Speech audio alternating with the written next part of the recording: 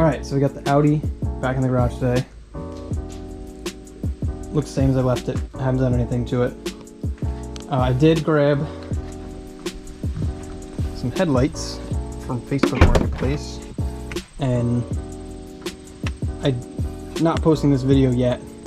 I have to wait, not finished with the video, but obviously the headlights are all taken apart. The housings are separate, lenses are separate, but basically I cut the lens off each housing.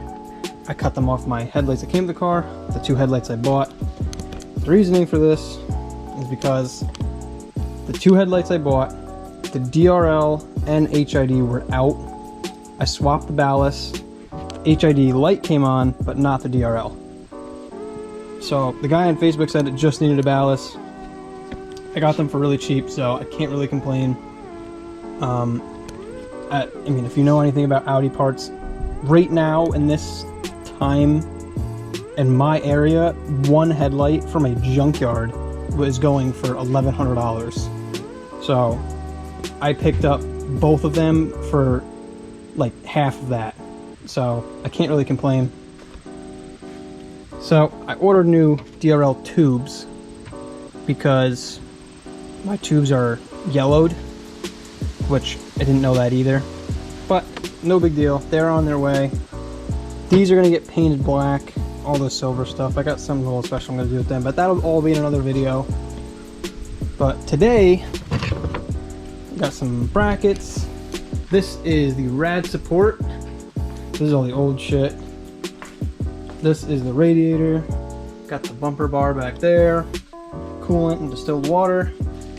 So today we are gonna get everything put together on the front. We're gonna start it, drive it. So it'll be a good day today. Still don't have a bumper. Still didn't do anything with the body panels. Also, I don't think this was included in the last video, but fixed this entire wiring harness. Everything, besides this, obviously, because I just ran this over by accident. And as well as inside the car, everything is soldered together. I have one issue. Audi in the same wiring harness put a blue with a yellow stripe wire. There's two of them. I had them crossed and I had a light out in my headlight, but I fixed them. So right here, I'm taking apart the radiator support that I bought. This is for an A7. The A7 will fit the A6. The core itself is the same. The aluminum pieces are the same. The only things that are different are the skinny brackets that go from the radiator support to the fender, the headlight mount bracket, and the horn brackets are all a little bit different. Everything will plug in, well, the horns will plug in, but the brackets are just a little different. The hood release cable, and the aluminum bars are all the same. The Audi A6 parts bolt right up to it, so you can fit either one from either car as long as it's from 2012 to 2015. The 16 to 18 might work, but I'm not 100% sure on that. This rad support was from an A7, so I just had to tear off all this stuff because it's not going to work for my car. The brackets are a little different, but the core itself and these blocks are the same. So we got this one torn down. I just got to swap everything from mine over to this one, and it should be ready to go in the car.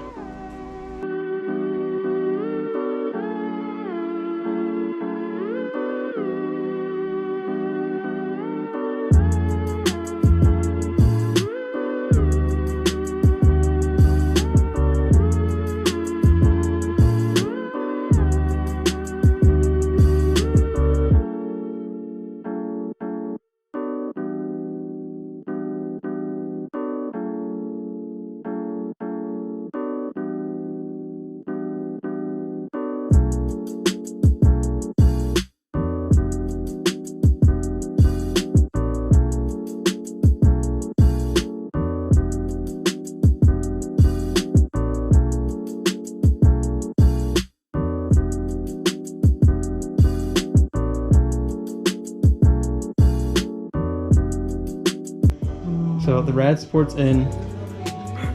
some of the stuff's kind of plugged in, half-assed. I don't know exactly where everything goes yet, because when I got the car, none of that was there. So, gotta bolt it up from the bottom. The shield bolts into the bottom. Tighten up these two top ones, but the front part's tight. Headlight brackets are tight. So I think we're gonna put the radiator in next. Get all the hoses plugged into it. Should be good.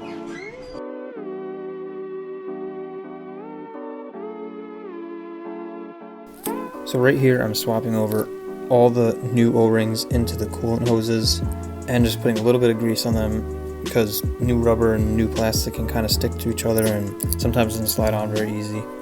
So I did all that.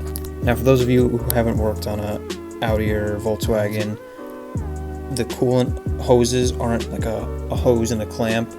It's a plastic piece with an O-ring and a locking pin kind of thing that slides over a fitting on the radiator, which you'll see in the next clip. Alright, so we got all the mounts on the radiator, fans on the radiator, greased up all the fittings just so everything would slide on nicely, and we're ready to throw it in the car. So we're going to do that now.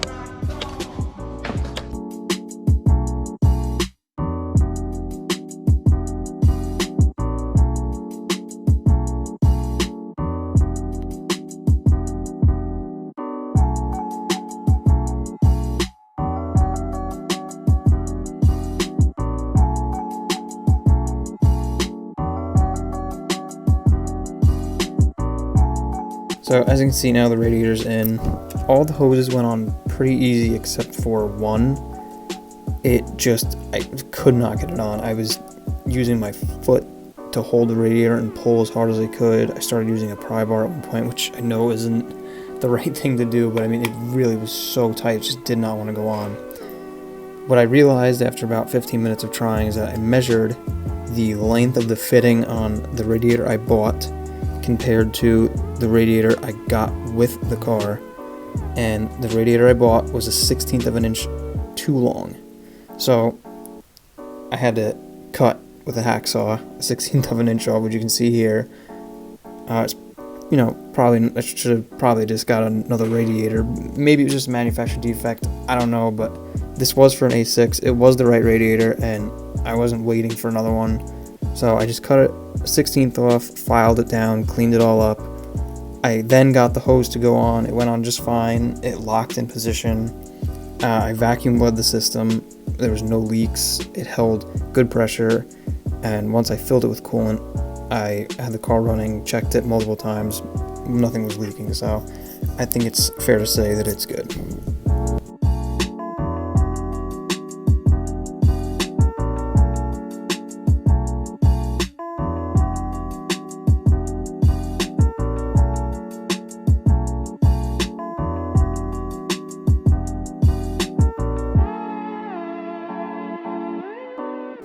So right here you can see me putting on the heat exchanger.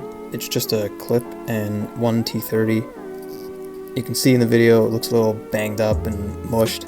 It's because it is. The car was in an accident, but it's no big deal. I plan on changing it out in the future for a large heat exchanger when I start modding the car with the performance and all that. So just for now it'll be fine though. Right here I'm tapping the bumper bar in, and then in the next clip I was able to start it and even drive it.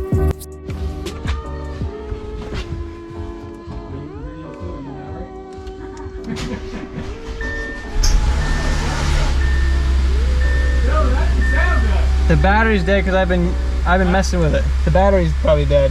Why? Because I've had the lights on and this hasn't been on in a while.